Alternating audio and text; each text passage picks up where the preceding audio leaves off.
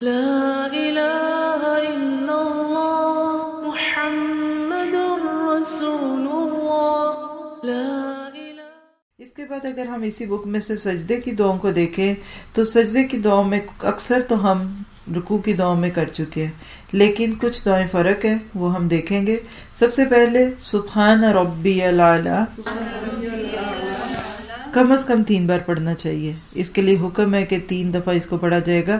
آپ دیکھیں یہ ہم رکوع کی دعاؤں میں کر چکے ہیں کہ وہاں سبحان ربی العظیم تھا، یہاں اعلیٰ۔ اعلیٰ یہاں کیوں ہے؟ کیونکہ بندے کا سر زمین پہ ہوتا ہے، تو بندہ اس وقت کہتا ہے کہ میں تو زمین کے اندر چلا جاؤں، میں تو اتنا حقیر اور عاجز ہوں اور میرا رب اعلیٰ ہے، مجھے بڑا بننے کا کوئی حق اختیاری نہیں ہے، ٹھیک ہے۔ پھر اس کے بعد دوسری دعا بھی ہم نے رکوع کی دعا میں کی ہے کہ سبحانک اللہم ربنا وبحمدک اللہم اغفر لی، ٹھیک ہے۔ اس کے بعد تیسری دعا جو ادھر ہے وہ بھی ہم نے کی ہے لیکن دہراتے ہیں، سبوح قدوس رب الملائکۃ والروح، بہت پاکیزگی والا، بہت مقدس ہے فرشتوں اور روح کا رب، ٹھیک ہے۔ اس کے بعد اگلی جو دعا ہے یہ ہم نے نہیں کی، یہ نئی دعا ہے، اس کو دہرائیے گا ساتھ، اللہم لک سجدت وبک آمنت ولک اسلمت سجد وجہی للذی خلقہ وصورہ وشق سمعہ وبصرہ تبارک اللہ احسن الخالقین۔ اے اللہ میں نے تیرے ہی لیے سجدہ کیا، تجھی پر ایمان لایا، تیرا ہی فرما بردار بنا، میرے چہرے نے اس ہستی کے لیے سجدہ کیا جس نے اسے پیدا کیا، اس کی صورت بنائی اور اس کے کانوں اور آنکھوں کے شگاف بنائے۔ برکت والا ہے اللہ جو تمام بنانے والوں سے اچھا ہے۔ دیکھیے کتنی خوبصورت ہے، اس سے ملتی جلتی دعا سجدہ تلاوت میں بھی پڑھی جاتی ہے، اور یہ دعا نبی صلی اللہ علیہ وسلم نمازوں میں پڑھتے تھے۔ اس کی دلیل صحیح مسلم کی روایت ہے، اگر آپ دیکھیں تو نیچے ریفرنس لکھا ہوا ہے، حدیث نمبر 771 771 ہے، صلاۃ المسافرین باب صلاۃ النبی صلی اللہ علیہ وسلم و دعائہ باللیل۔ تو اس سے کیا پتہ چلتا ہے کہ یہ وہ دعائیں ہیں جو ہم نے کبھی سنی بھی نہیں سنتے نا، وجہ کیا کہ ہم نے کبھی ان کو پڑھا نہیں، سیکھا نہیں، تو اس کو یاد کریں۔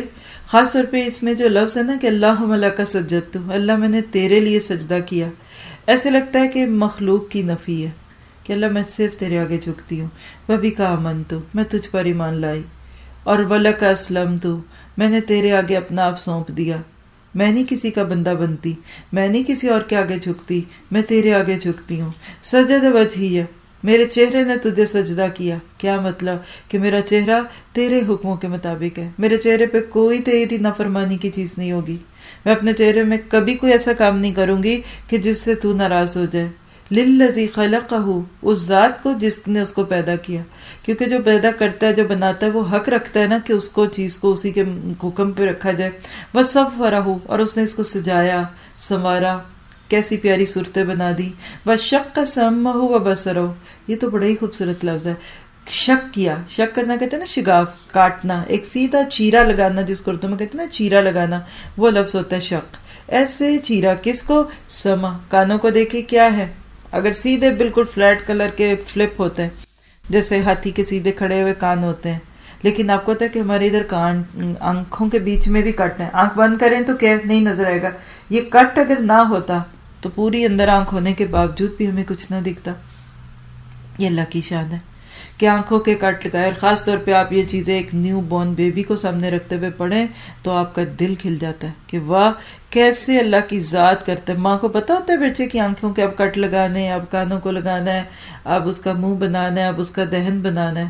تو جس ذات نے ہمیں اتنے پیار سے بنایا، سورۃ الانفطار میں اللہ تعالیٰ کہتے ہیں الذی خلقک فسواک فعدلک، اللہ نے تجھے تخلیق کیا، تجھے ہموار کیا، تجھے بالکل برابر کیا، نک سک سے بنا دیا، کیا تو اس کو بھولتا ہے؟ فتبارک اللہ احسن الخالقین، اتنا پیارا بنانے والا، تو کیا میں اس کے آگے نہ جھکوں؟ تو اس شعور کے ساتھ اس دعا کو انشاءاللہ ہم یاد کریں گے. دہرائیے گا میرے ساتھ، اللہم لک سجدت وبک آمنت ولک اسلمت سجد وجہی للذی خلقہ وصورہ وشق سمعہ وبصرہ تبارک اللہ احسن الخالقین.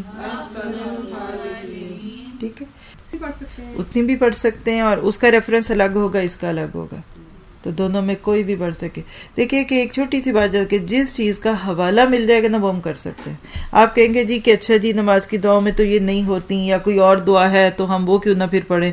ریفرنس ہے تو پڑھ لیں، اور اس یقین سے پڑھ لیں کہ یہ اللہ کے نبی کی حدیث ہے. ٹھیک ہے، لیکن جو خود سے کوئی کہہ دے کہ یہ کر لو وہ کر لو، تو اس کے لیے دلیل کی ضرورت ہے. ٹھیک ہے، چلیے کچھ اور دعائیں دیکھیں گے سجدوں کے بیچ میں، اور ان دعاؤں سے یہ تمنا کی جا سکتی ہے کہ ہماری نمازیں زندہ ہو جائیں گی، کیونکہ جب ہم ہر روز ایک ہی دعا مانگ رہے ہوتے ہیں تو ہماری عادت بن جاتی ہے، اور عبادت جب عادت بن جائے تو اس کے اندر سے خشوع اور خضوع ختم ہو جاتا ہے.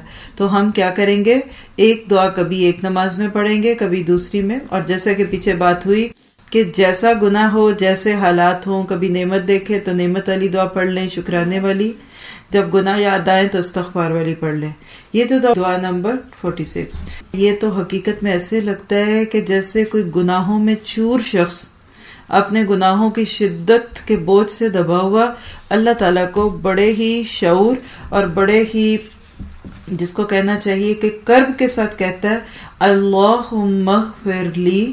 اللہم اغفر لی، سب مانگیے. جس کو اپنے گناہوں کا احساس ہے اس کے اندر سے چیخوں کی طرح یہ آواز آنی چاہیے کہ اللہم اغفر لی، اللہم اغفر لی ذنبی کلہ دقہ وجلہ وأولہ وآخرہ وعلانیتہ وسرہ. اللہم اغفر لی ذنبی کلہ دقہ وجلہ وأولہ وآخرہ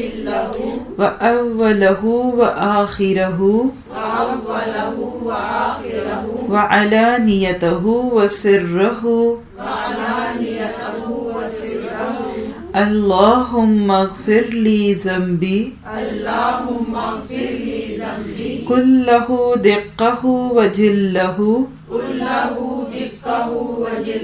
وأولہ وآخرہ وعلانیتہ وسرہ. اے اللہ مجھے میرے چھوٹے بڑے، پہلے پچھلے، ظاہر اور پوشیدہ تمام گناہ بخش دے. دیکھیے گا کہ پوری دعا میں صرف گناہوں کی معافی ہے کہ اللہم اغفر لی، اے اللہ مجھے بخش دے. اور غفر، اغفر، مغفر، اس میں ڈھانپنے کا معنی آتا ہے کہ اللہ تو میرے گناہوں پر اپنی رحمت کی چادر ڈھانپ لے، پردہ ڈال دے. دیکھیے کوئی انسان جب بہت ایسے کیجول موڈ میں بیٹھا ہو، بالکل اپنے گھر کی چیزیں کھول کے نکال کے، اور جس کو کہیں کہ صفائی کے موڈ میں بیٹھا ہو، اتنے میں اچانک بیل بجے اور کوئی اس کے گھر آ جائے، تو سب سے پہلا کام کوئی کیا کرے گا، ان کے اوپر چادر ڈال دو، اس چیز کو چھپا دو. ہم جو چیز دوسروں کو دکھانا نہیں چاہتے اس کو چھپاتے ہیں. یہی حکم تو ہمارے سر کے کپڑوں کا ہے نا، ہماری چادروں کا، ہمارے لباس کا بھی یہی حکم ہے کہ یہ جسم جس پہ کئی عیب ہیں اس کو چھپا لو. تو جب انسان اپنے گناہوں کے پٹارے کھول کے بیٹھا ہو تو اس کو قیامت کے دن کی سختی یاد آئے تو وہ تڑپ کے کہتا ہے کہ اللہ اس کو چھپا لے، بس اب چھپا لینا. کس کو؟ ذنبی، میرے گناہ. ذنب کا لفظ ذا نون با سے، اس کی جمع ذنوب ہوتی ہے. ذنب، ذنوب، چھوٹے بڑے گناہوں کو کہتے ہیں، ملے جلے. کوئی خطائیں، کوئی آنکھوں کی خطائیں، کوئی کانوں کی، کوئی کچھ، کوئی بہت بڑا گناہ ہے، کوئی چھوٹا گناہ ہے. بالکل ایک گٹھڑ کو سوچئے کہ جس میں ہر قسم کی لکڑی ہے، دقہ و جلہ، پہلے، پچھلے اور اگلے، یعنی ذنبی گناہ، کلہ سارے، دقہ چھوٹے، و جلہ اور بڑے، چھوٹے بڑے، اولہ پچھلی زندگی میں کیے ہوئے، وآخرہ اور بعد والی زندگی۔ یہ اگلی اور پچھلی کون سی ہے؟ اگلی تو بھی ہم نے آنی ہے ہماری، نہیں، اس سے مراد ہے کہ جو میں نے ماضی بعید میں کیے، بہت چھوٹے ہوتے ہوئے کیے، اور جو آج کل میں ہو رہے ہیں۔ یہ تو نہیں کہ قرآن پڑھنے کے بعد ہم گناہ پروف ہو جاتے ہیں، گناہ پھر بھی بہت سارے رہتے ہیں، تو انسان اپنے آپ کو تڑپا کر دعا کرتے ہوئے کہتا ہے کہ اللہ تو میرے اگلے پچھلے سارے حساب صاف کر دے۔ علانیتہ و سرہ، یہ علانیہ کیا ہے؟ جو لوگوں کو ڈنکے کی چوٹ پہ کر کے دکھاتے تھے، بلکہ دعوت دیتی تھی، آؤ ادھر، آج یہ ہو رہا ہے، آج یہ شو ہے، آج اس کے ٹکٹ خریدو، آج فلاں آ رہا ہے، فلاں جا رہا ہے، میں یہ کر رہی ہوں، میرا جسم دیکھو، دیکھو میری کیٹ واک دیکھو، ذرا دیکھو میں کیسے بجلی بن کے گرتی ہوں، کیسے محفلوں میں جاتی تھی، ایسے لگتا تھا کہ شاید ساری دنیا کو بے ہوش کرنے کا ارادہ ہے۔ علانیہ، جس میں انسان کو شرم بھی نہ آئے، کلیئر، مینیفیسٹ، اوپن سینس۔ اور سر رہو، یہ چھپے ہوئے گناہ، بیڈ رومز کے گناہ، ڈرائنگ رومز کے گناہ، اندر کے گناہ، ٹیلی فون کالز کے اندر کیے ہوئے گناہ، باتھ روموں میں چھپ کے کیے ہوئے گناہ۔ ہر انسان دیکھے تو دن رات وہ اپنے آپ کو گناہوں میں ملوث پاتا ہے۔ انسان تڑپ کے مانگتا ہے کہ اللہ تو میرے گناہوں کو معاف کر دے۔ اب آپ دیکھیے کہ جب انسان نماز میں پرائم ٹائم پہ ہے، وہ کون سا ہوتا ہے؟ سجدہ، سب سے کٹ گیا۔ آپ کھڑے ہیں نا، آپ کو پھر بھی کچھ نہ کچھ دکھ رہا ہے۔ جب قیام میں انسان کھڑا ہوتا ہے تو اس کو بھی کچھ سامنے دیکھنا پڑتا ہے سجدے کی جگہ پہ۔ بعض دفعہ مسلح کے رنگوں میں الجھ جاتا ہے، کبھی کارپٹ کے ڈیزائن میں الجھ جاتا ہے، کچھ نہیں تو لاشعوری طور پر آنکھوں کے ارد گرد کوئی چیز پڑی ہوئی ہے تو اس کی کچھ حلق ذہن میں رہتی ہے۔ پھر رکوع میں جاتا ہے تو اپنے پاؤں دکھتے ہیں، پھر انسان کو بعض دفعہ اپنے پائنچے دکھنے لگ جاتے ہیں، کبھی ناخن دکھنے لگ جاتے ہیں، کبھی پاؤں دکھنے لگ جاتے ہیں، جماعت سے پڑھ رہے ہو تو دوسروں کے دیکھنے لگ جاتا ہے۔ لیکن اس کے بعد آپ دیکھیے کہ جب بندہ سجدے میں جاتا ہے نا، یہ وہ کیفیت ہے کہ کوئی نہیں تیرے سوا۔ صرف اس وقت انسان کو اپنے گناہ اور رب یاد آتا ہے، عاجزی، نیچے جھکنا۔ یہی پہلا وہ حکم تھا جو انسانیت کو دنیا میں آنے کے بعد سنوایا گیا کہ کیا کرو، اسجدوا لآدم فسجدوا الا ابلیس۔ کائنات کو، مخلوق کو جھکنا سکھایا اللہ تعالیٰ نے انسان کے آگے، تاکہ انسان کو رب کے آگے جھکنا ہے۔ اس وقت جو مانگ سکے مانگا کریں، بالکل امیجینیشن میں لایا کریں۔ جب آپ سجدے میں ہوں تو ایسے کریں کہ جیسے ہماری زبان میں کہتے ہیں کہ فلاں کے پاؤں پڑ گئی۔ انسانوں میں بھی جب کسی سے بہت ہی بات منوانے کو دل چاہے نا تو لوگ کہتے ہیں میں تمہارے پاؤں پڑتی ہوں، فلاں کی پگڑی اس کے پاؤں میں، ماں کا دوپٹہ اس کے پاؤں میں۔ یہ لاج دینے کے لیے ہوتی ہیں نا چیزیں، لیکن حقیقت یہ ہے کہ ایک انسان اپنے گناہوں کے لیے بل بلاتا ہے کہ اللہ اب تو میں اپنے ناک کی لکیریں بھی رگڑنے کو تیار ہوں، بس تو مجھے بخش دے۔ کیا ہماری نماز ایسی ہوتی؟ ہمیں تو ہر بھولی بسری بات یاد آتی۔ یہ سجدہ کیا ہے؟ ناک کی لکیریں نکلوانا ہے کہ جو ناک تمہیں بڑی پیاری ہے نا، جس عزت کی وجہ سے تم اللہ کو ناراض کرتے ہو، لگاؤ اس سے لکیریں زمین پر۔ تڑپ کر انسان مانگتا ہے اللہم اغفر لی ذنبی کلہ ودقہ وجلہ واولہ وآخرہ وعلانیتہ وسرہ۔ اور آپ دیکھیے کہ یہ حدیث صحیح مسلم کی ہے، 483 483 نمبر کی، باب الصلاۃ ہے، باب ما یقول فی رکوع و سجود۔ ہماری نماز کی دعا میں یہ دعا ہوتی ہے، اردو کی چھپی ہوئی دعا میں نہیں ہوتی نا۔ اب اگر آپ یہ دعا پڑھیں، کسی کو بتائیں، کہیں گے جی ہم نے تو کبھی پڑھی نہیں، یہ بتا دی تمہیں شاید وہابی بنا رہے ہیں۔ وہابی نہیں بنا رہے، صحیح مسلم کی روایت ہے۔ اب آپ کہیں کہ اچھا ایسی ہی کوئی دعا ہمیں بھی کسی اور کتاب میں مل جائے، ملی جلتے لفظوں کی، تو کیا وہ پڑھے؟ نیچے حوالہ دیکھ لیں بس۔ اگر کہہ دیں بزرگوں نے کہا ہے، فلاں نے کہا، تو پھر اس کی بھی کوئی دلیل ہونی چاہیے۔ تو ہمارا حوالہ الحمدللہ، جو بھی چیز آپ سیکھیں گے قرآن اور سنت، تو اس کو جھٹلانا اصل میں حدیث کو جھٹلانا۔ اور آپ دیکھیں اس میں ہے کیا؟ سراسر اپنے گناہوں کی معافی۔ بعض لوگ یہ چھوٹی چھوٹی باتوں سے اپنے آپ کو شک میں ڈال کر پیچھے ہو جاتے ہیں کہ نہیں جی یہ تو وہ نماز سکھا رہے ہیں جو ہم نے کبھی نہیں سیکھی تھی۔ تو اب دیکھیے آپ نہ مانگے اپنے گناہوں کی معافی۔ آپ کو یہ تو نہیں کہا جا رہا کہ فرض ہے آپ یہ ساری دعائیں مانگے، نہ مانگے۔ آپ جو مانگتے تھے سبحان ربی اللہ، سبحان ربی اللہ، سبحان ربی اللہ، مانگتے رہیے، آپ کی مرضی ہے، لیکن یہ تو رنگ ڈالنے والی بات ہے نا. کھانا تو ہم روز ایک نہیں کھاتے، تو دعائیں ہم روز ایک مانگیں گے تو کیسے خشوع ہوگا. تو اب یہ سارے شعور کو سامنے رکھتے ہوئے، جس میں حقیقت میں اپنے گناہ آپ کو یاد ہے، اس دعا کو مانگتے ہیں مل کے. 3 دفعہ پڑھیں گے، میرے ساتھ ساتھ آپ بھی دہرائیے گا. اللہم اغفر لی ذنبی کلہ ودقہ وجلہ واولہ وآخرہ وعلانیتہ وسرہ. پڑھتے ہوئے سوچیں، کبھی اپنے قرآن پڑھنے سے پہلے کے گناہ سوچیں، پھر ایک دفعہ کبھی پڑھیں تو کالج لائف کے گناہ سوچیں، پھر سوچیں تو اسکول لائف کے سوچئے، کزن لائف کے سوچئے، کسی شادی کو سوچ لیجئے، اس موقع پہ جو گناہ کیے وہ معاف کر دے. اس طرح اپنے آپ کو ہمیشہ مختلف حالات میں لے جایا کریں، پھر آپ فیل کریں گے کہ آپ کا گلٹ کم ہوگا. تو یقین کیجئے آپ شعور سے گناہوں کی معافی ہر اوکیزن کو سوچ کے مانگ لینا تو ایسے لگے گا کہ اللہ نے کہا ٹھیک ہے، میں نے غفرت لک، میں نے معاف کر دیا. پھر پڑھتے ہیں اللہم اغفر لی ذنبی کلہ دقہ وجلہ واولہ وآخرہ وعلانیتہ وسرہ. اللہم اغفر لی ذنبی کلہ دقہ وجلہ واولہ وآخرہ وعلانیتہ وسرہ. اگلی دعا کریں. چھوٹی چھوٹی دعائیں میرا خیال ہے کہ آسانی سے یاد ہو جاتی ہیں. ایک اور دعا بہت ہی خوبصورت، بہت ہی زیادہ خوبصورت. الفاظ تھوڑے سے نئے لگیں گے، آپ کو مشکل لگیں گے، لیکن انشاءاللہ پڑھتے رہیں گے تو آسان ہوگا. پہلے میرے ساتھ دہرائیے گا. اللہم انی اعوذ برضاک اعوذ برضاک اعوذ برضاک من سخطک وبمعافاتک من عقوبتک من عقوبتک واعوذ بک منک لا احصی ثناء علیک انت کما اثنیت علی نفسک. اللہم انی اعوذ برضاک من سخطک وبمعافاتک من عقوبتک واعوذ بک منک لا احصی ثناء علیک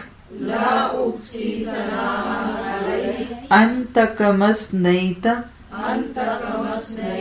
علی نفسک. اے اللہ، میں تیرے غصے سے تیری رضا کی پناہ چاہتا ہوں اور تیری سزا سے تیری معافی کی پناہ چاہتا ہوں، اور میں تجھ سے تیری پناہ چاہتا ہوں. میں پوری طرح تیری تعریف نہیں کر سکتا، تو اس طرح ہے جس طرح تو نے خود اپنی تعریف کی ہے. کتنے خوبصورت لفظ ہے. اللہم تو ہم سمجھتے ہیں اصل میں اللہ کو ساتھ ہما کے ساتھ ملایا گیا نا، تو اللہم انی بے شک میں، اعوذ پناہ میں آتا ہوں، برضاک تیری رضا کی، یعنی میں تیری رضا کے پیچھے چھپ جاتا ہوں. کس چیز سے؟ من سخطک تیرے غصے سے. ایسے نہیں لگتا جیسے باپ مارنے لگے تو بچہ ماں کے پیچھے چھپ جاتا ہے کہ اللہ جب تیرا غصہ، تیرا سخت جو ہے نا، سخت ہے اصل میں. سخت کیا ہوتا ہے؟ غصے کا ایک درجہ ہوتا ہے جس میں خون کھولنے لگتا ہے. ہمارے ہاں جس کو کہتے ہیں نا کہ بلڈ پریشر ہائی ہو جائے، جوش، کہ اللہ میرے گناہ جب تجھے غصہ دلاتے ہیں تو اس وقت میں تیری رضا کے پیچھے جا کے چھپ جاتا ہوں. وبی معافاتک، اور تیری معافی کے پیچھے چھپتا ہوں. یہاں جو لفظ ہے نا بی معافاتک، یہ ذرا سا مشکل لگ رہا ہے، تو اس میں لفظ کیا چھپا ہوا ہے بلا دیکھیے؟ معافی، عین فا واو اس کا روٹ ہے. معافی، تیری معافی کے پیچھے چھپتا ہوں. یہ میں بڑا ٹھیٹ ترجمہ کر رہی ہوں. کس چیز سے؟ من عقوبتک، تیری عقوبت سے. عقوبت کس کو کہتے ہیں؟ سزا کو. عین قاف با، عقبہ کہتے ہیں پیچھے کو، وہ پیچھے آیا. عاقب پیچھے آنے والے کو کہتے ہیں. عقبئی ایڑیوں کو کہتے ہیں کیونکہ یہ پاؤں کے پچھلی طرف ہوتی ہیں. تو عاقب یا اللہ تعالیٰ کا نام کہ ان اللہ شدید العقاب، تو اللہ تعالیٰ کا جو نام عقاب ہے نا وہی ہے ادھر، اس کی صفت ہے یہ۔ عقاب کیوں کہتے ہیں اللہ تعالیٰ کو؟ کہ یہ سزا کے پیچھے آتا ہے، جیسا کرنا ویسا بھرنا۔ جیسے پولیس پیچھے بھاگتی ہے نا ٹن ٹن ٹن ٹن کرتی ہوئی گاڑیوں میں مجرم کو پکڑتے ہوئے، اس وقت مجھے یہ نام یاد آتا ہے کہ اللہ بھی اس طرح ہمارے پیچھے لگا ہوا ہے بغیر کسی نسبت کے۔ یعنی ہم گناہ کر کے جائیں گے کہاں، اللہ ہمیں پکڑ لے گا۔ اور آپ دیکھیں مجرم کتنے ہوشیار کیوں نہ ہو لیکن پولیس اس کو پھر پکڑ ہی لیتی ہے۔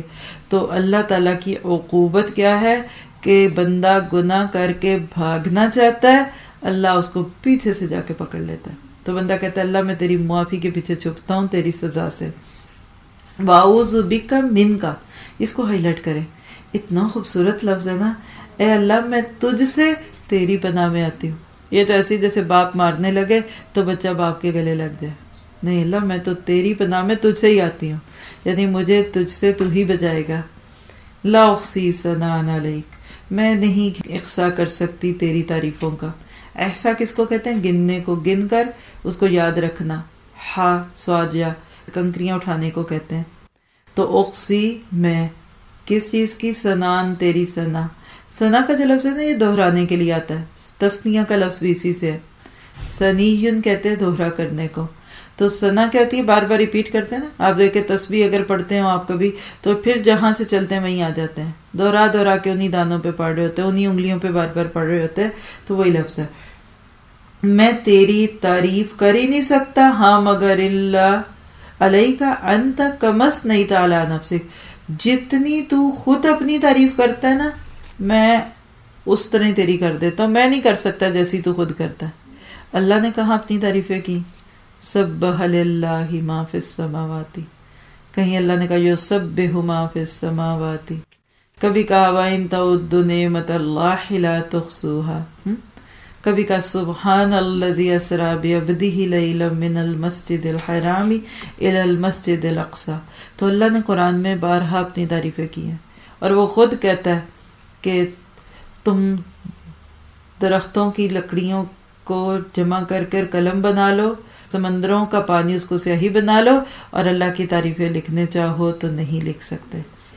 تو یہ ہے وہ دعا کہ جو کبھی ہم نے مانگی ہی نہیں ہے نا، افسوس کی بات۔ دہرائیے گا شعور کے ساتھ، میرے ساتھ ساتھ پڑھیے گا۔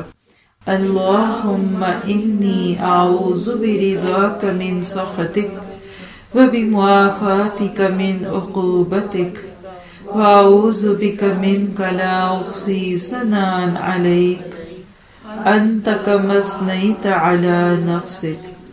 اللہم انی اعوذ برضاک من سخطک وبمعافاتک من عقوبتک واعوذ بک منک لا احصی ثناء علیک انت کما اثنیت علی نفسک۔ تو یہ تھی سجدے کی دعائیں جو مختلف نبی صلی اللہ علیہ وسلم سے ہمیں ملتی ہیں۔